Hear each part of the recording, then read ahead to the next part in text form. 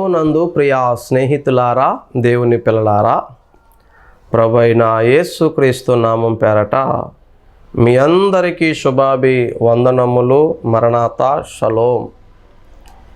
మీ అందరూ కూడా ఈ కార్యక్రమాలు చూస్తూ చక్కగా బలపడుతూ, చాలామంది ఫోన్ చేసి వారి యొక్క అభిప్రాయాలు తెలియపరుస్తున్నారు. అలాగే చాలామంది ప్రేయర్ రిక్వెస్ట్లు చెప్పి ప్రేయర్ చేయించుకుంటున్నారు. చాలామంది వాక్యాలు మేము రాసుకుంటున్నామండి, మా సంఘాల్లో కూడా మేము చెబుతున్నాం. మేము రాసుకున్న విషయాలు, మేము ఉన్న విషయాలు ఎక్కడైనా మేము చెప్పొచ్చా, ఈ వాక్యాలు వాడుకోవచ్చు అడుగుతున్నారు. నిర్భయముగా, ఏ ప్రమేయం అవసరం లేదు. ఈ వాక్యము నాది కాదు, దేవుడిది. మనందరము దేవుని బిడ్డలమే. కాబట్టి నేను చెప్పిన వాక్యాలు అవేవి నేను రాసుకొచ్చినవి కాదు, నాలో నుంచి పుట్టినవి కాదు, దేవుని మాటలు పెట్టారు. కాబట్టి మీ సంఘాల్లో కానీ, మీ స్నేహితులుగా కానీ, మీరు ఏర్పాటు చేసుకునే యూత్ రిట్రీట్లో కానీ, చిన్న చిన్న సమూహాలుగా కూడినప్పుడు చక్కగా నిర్భయంగా చెప్పుకోవచ్చు. ఏమి అబ్జెక్షన్ ఏమీ లేదు. దేవుని సువార్త వెళ్ళడం కోసమే ఈ మా ప్రయత్నం. చాలామంది అడుగుతున్నారు, పర్మిషన్ తీసుకున్నారు. నో పర్మిషన్, ఏమి పర్మిషన్ అవసరం లేదు అమ్మా, నో నీడ్ పర్మిషన్. కాబట్టి పర్మిషన్ ఏమీ అవసరం లేదు. చక్కగా మీకు ఎక్కడ చెప్పాలన్నా చెప్పుకోవచ్చు, ఎవరికైనా పరిచయం చేయొచ్చు, ఏమి ప్రాబ్లం ఏమి లేదు. దేవుడు మిమ్మల్ని కూడా బహుగా వాడుకొనుగాక. ఆమేన్. మంచిది బిడ్డలారా, వాక్య భాగాన్ని చదువుకుందాము. మత్తయి సువార్త 14వ అధ్యాయము 3వ వచనము నేను చదువుతున్నాను చూడండి. 3వ వచనం నుంచి చదువుతున్నాను చూడండి.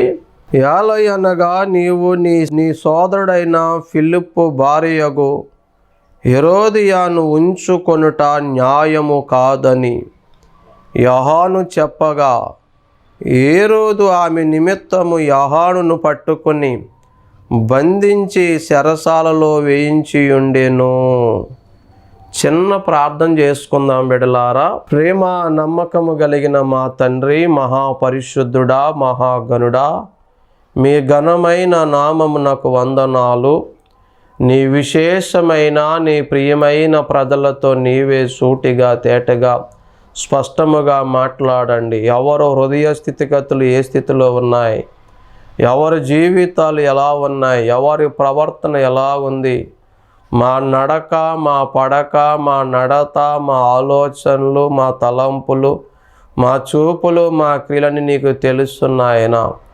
అయ్యా, నీ మాటల చేత మమ్మల్ని సరిచేయండి. నీ మాటల చేత మమ్మల్ని సరిదిద్ది బ్రతికించండి. నరకమని అగ్ని గుండము నుంచి తప్పించండి. అయ్యా, నీ మాటలు వెళ్ళుతూ ఉండగా వినువారికి సమ్మతి గల మనస్సు, వినుబుద్ధి, గ్రహించే హృదయము దయచేయండి. తిరుగుబాటు ఆత్మ, దురాత్మ, సైతాను మనస్సు తీసివేసి చక్కగా విని గ్రహించుకొని జీవితాలను బాగు చేసుకునే కృపనిమ్మని మంచి బోధకుడైన మా రక్షకుడైన యేసుక్రీస్తు వారి అతి శ్రేష్టమైన నామములో ఈ ప్రార్థన అడిగి వేడుకొనుచున్నాను పరమ తండ్రి. ఆమేన్. ప్రియమైనటువంటి దేవుని పిల్లలారా, ఒక చిన్న వర్తమానం నేను మీకు తెలియపరుస్తాను. నేను చెబుతున్న అంశం ఏమిటంటే దిగజారిన సంసారులు. Once again I repeat title, దిగజారిన సంసారులు. ప్రియమైనటువంటి దేవుని బిడ్డలారా, బాప్తీసమిచ్చు యోహాను కాలంలో జరిగిన సంఘటనలే నేటి కాలములో కూడా, నేటి సమాజంలో కూడా చాలామంది జీవితాలలో జరుగుతూ ఉన్నాయి. చాలామంది కుటుంబాలలో జరుగుతున్నాయి. ఆ రోజు ఏమి జరిగింది, ఈరోజు ఏమి జరిగింది, కొంచెం క్లుప్తంగా వివరంగా చెప్పండి అంటారా? మీకు విషయాన్ని అవగతం అవ్వడం కోసం బైబిల్ లోతుల్లో నుంచి మీకు విషయాన్ని తెలియపరుస్తాను. బాప్తీసమిచ్చే యోహాను కాలంలో ఒక రాజుగారు ఉన్నాడు. ఆ రాజుగారు పేరు హెరోదు. చక్కగా ఆలకించండి వాక్యాన్ని. ఒక కథలాగా చెప్తాను, మీకు అర్థమయ్యేలాగా చెప్పే ప్రయత్నం చేస్తాను. నా ఉద్దేశం ఏంటంటే ఎంతో పొడుగు చెప్పామా, ఎంత గట్టిగా చెప్పామా అది కాదు.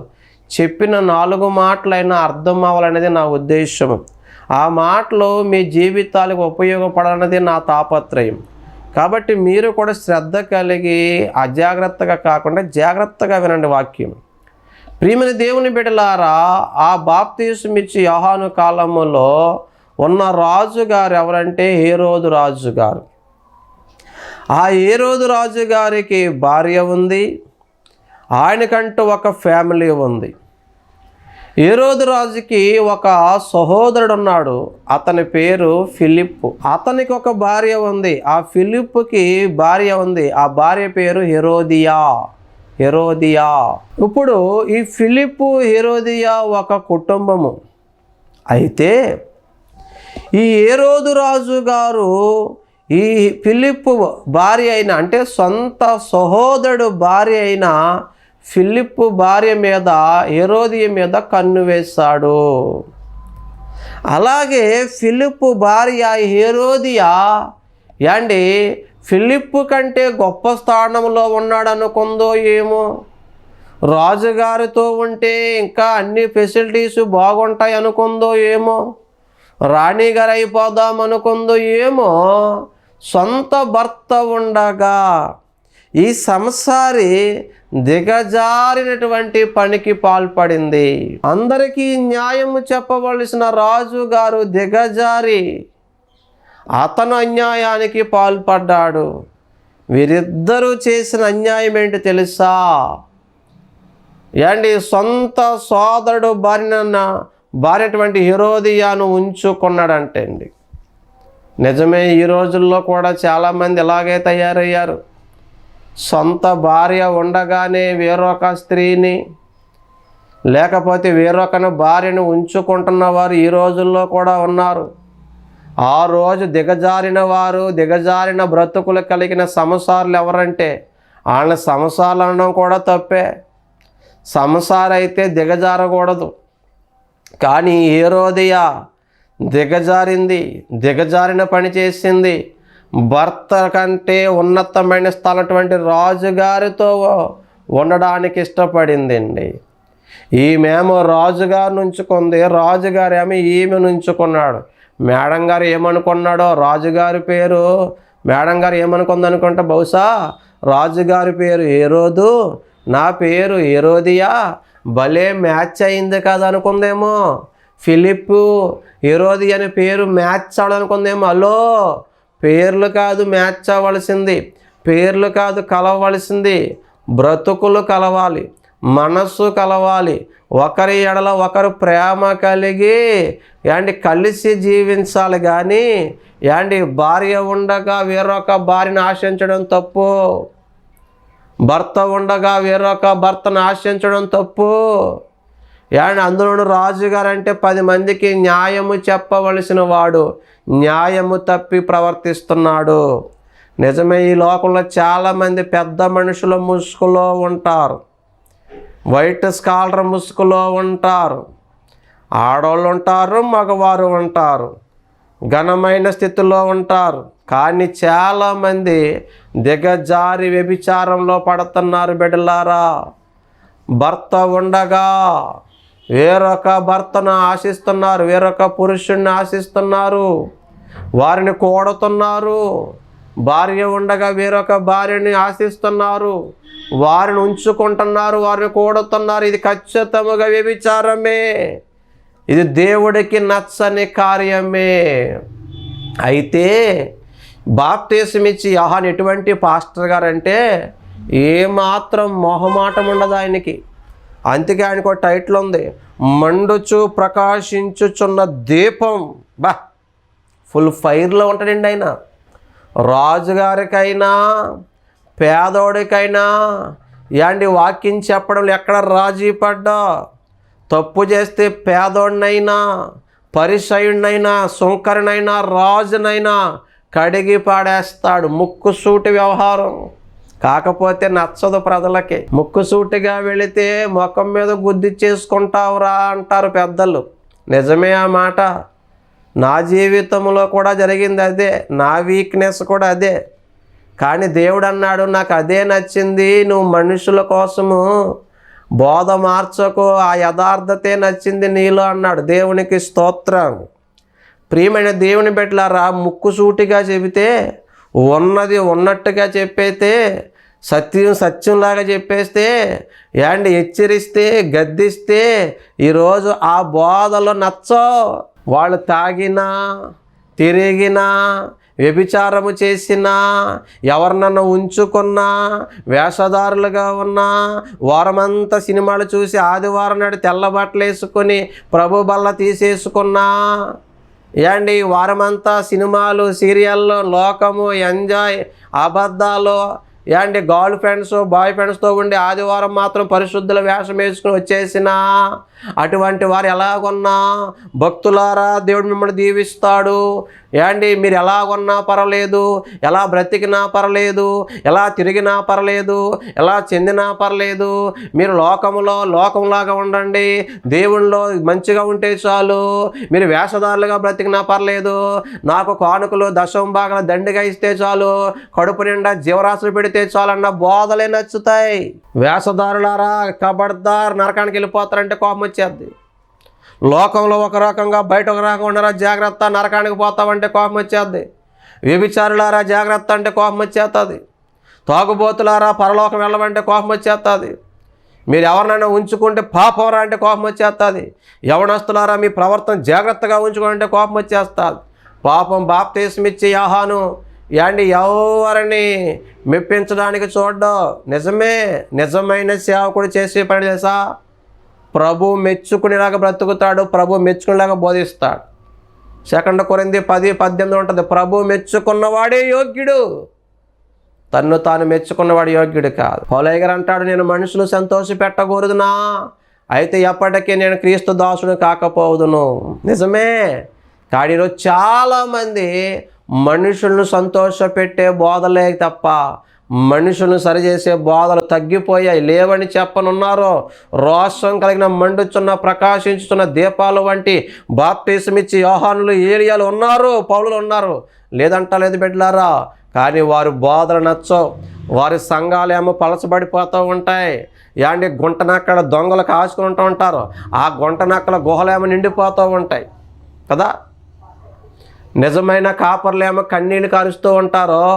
ఈ అబద్ధికులు దొంగల యొక్క గుహలో సంఘాలు కదయ్యి, ఆ దొంగల గుహలో దొంగల సమాజాలు ఏమైపోతాయి నిండిపోతూ ఉంటాయి.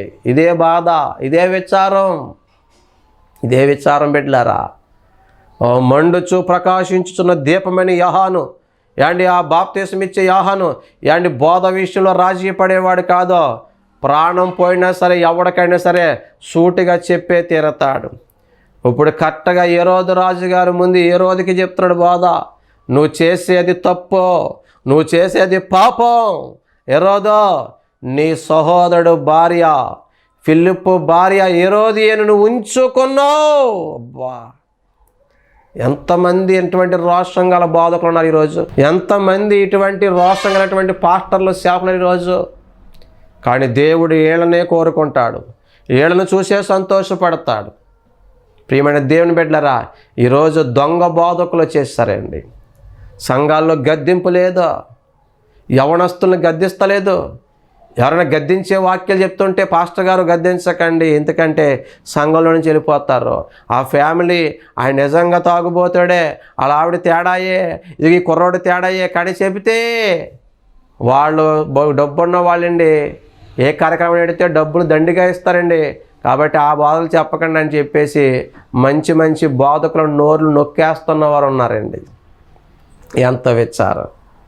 నిన్ను పిలిచిన వాడు దేవుడు, నీకు సంఘాన్ని అప్పగించింది దేవుడు.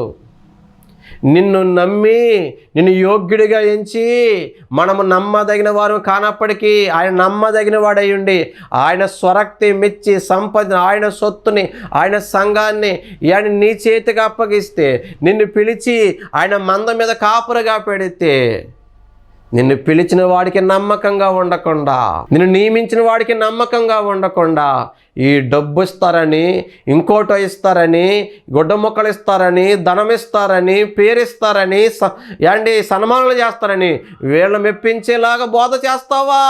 నువ్వు అబద్ధ బోధకుడు, జాగ్రత్త. దేవుడు రేపొద్దున్న తీర్పు కఠినంగా ఉంటుంది. మనకి బోధకులమైన మనకి కఠినమైన తీర్పు ఉందని గుర్తెట్టుకోమన్నాడు. యాకోబు పత్రికలో విశ్వాసులకు ఒకటైతే మనకి 2 తీర్పులు, డబల్ శిక్షలు. అది గుర్తుపెట్టుకోండి. వీళ్ళ కానుకలు ఇస్తే ఎంత, దశంభాగాలు ఇస్తే ఎంత, ఇవ్వకపోతే ఎంత, అన్నం పెడితే ఎంత, పెట్టకపోతే ఎంత. నిన్ను పిలిచిన దేవుడు నిన్ను విడిచిపెడతాడా? ఏలియాని విడిచిపెట్టాడా? ఏలియా కాకుల ద్వారా ఆహారం పెట్టలేదా? ఎందుకు సహోదరుడా, ప్రియ దైవజనుడా, రోషంగా బ్రతకాలండి. బాప్తీసం ఇచ్చే యోహానులాగా ఏ రోజు ముందు నిలబడి చెప్తున్నాడు, నువ్వు పాపివే. అబ్బా, రాజు ముందు కూడా ఇలా చెప్పే దమ్ముండాలండి మనకి. రాజకీయ నాయకుల ముందు ఇలా చెప్పే దమ్ముండాలి.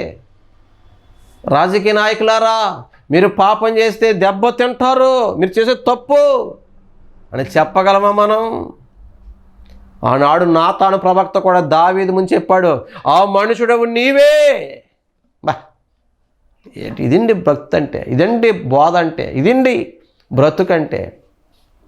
దావీదు రాజు, కానీ నాతాను ప్రవక్త దేవుడు చెప్పమన్నది చెప్పేశాడు అంతే.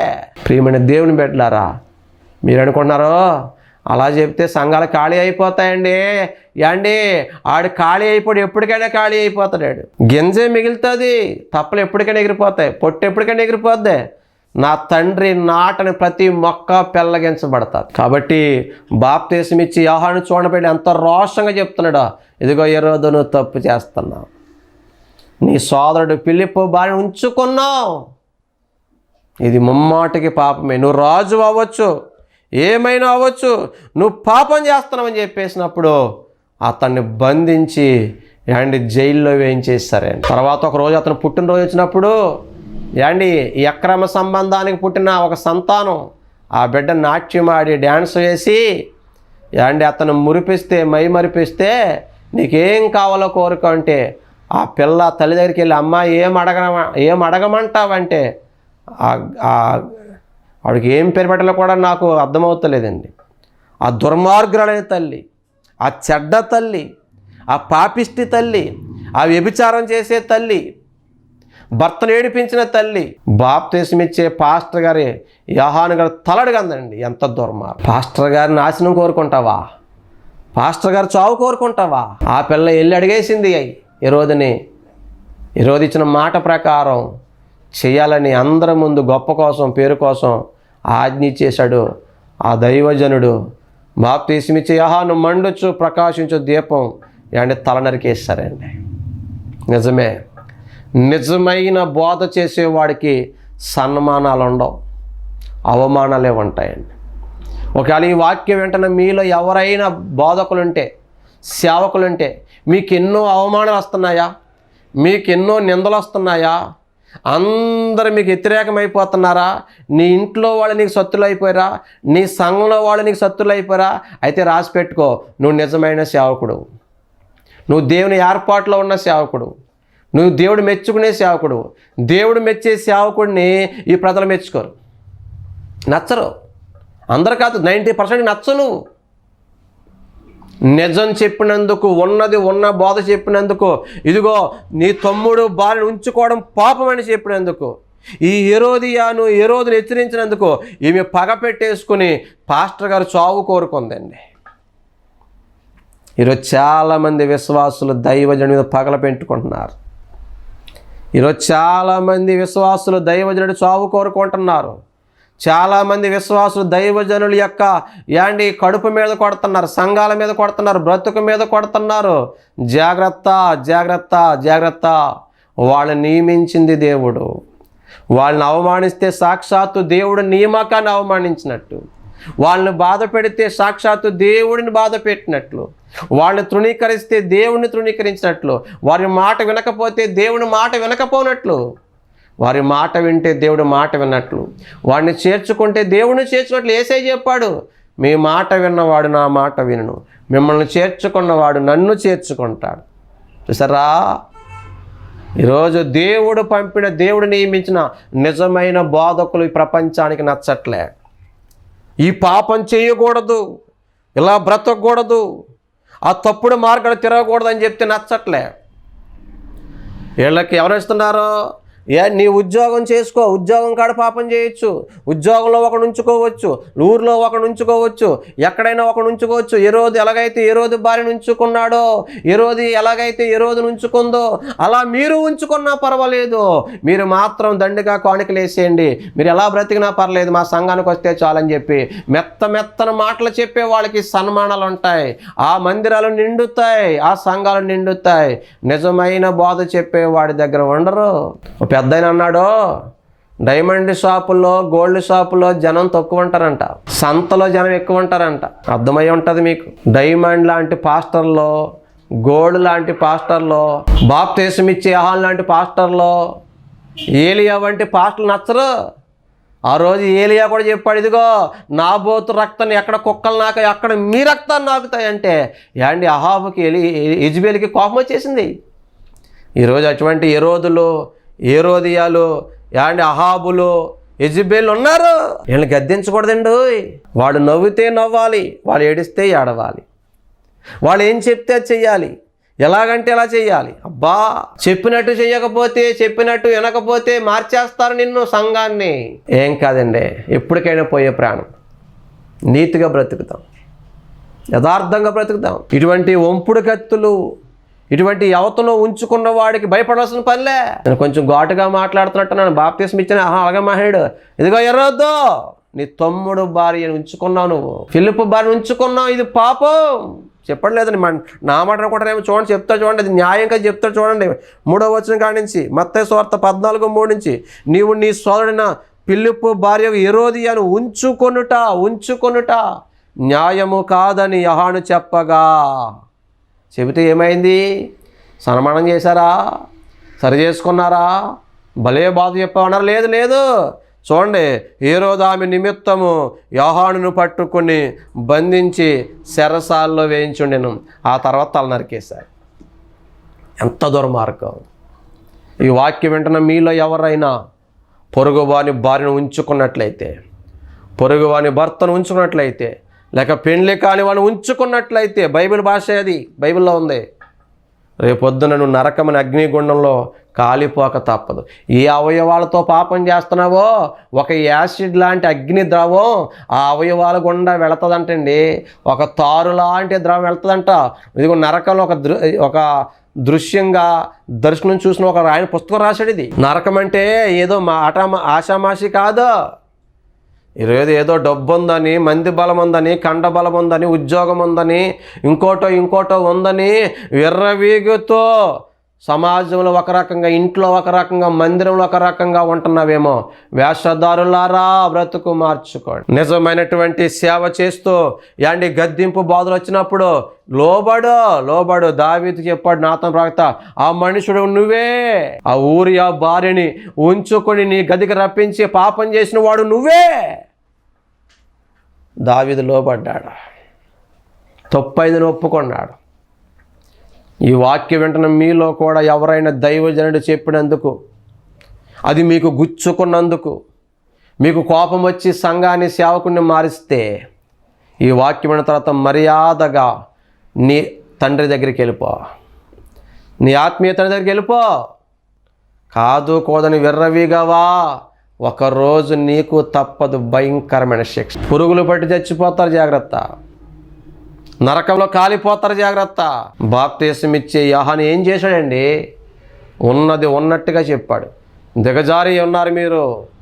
తప్పు హెరోదియా తప్పు. నిజమే కాదండి? ఫిలిప్ ఎంత బాధపడుంటాడండి? ఇప్పుడు ఈ హెరోదియా ఎవరో ఫిలిప్ కదా, తన భార్య తన్ను విడిచిపెట్టేసి తనకంటే బలవంతుడు రాజుకి వెళ్ళిపోయి ఎంత తప్పండి?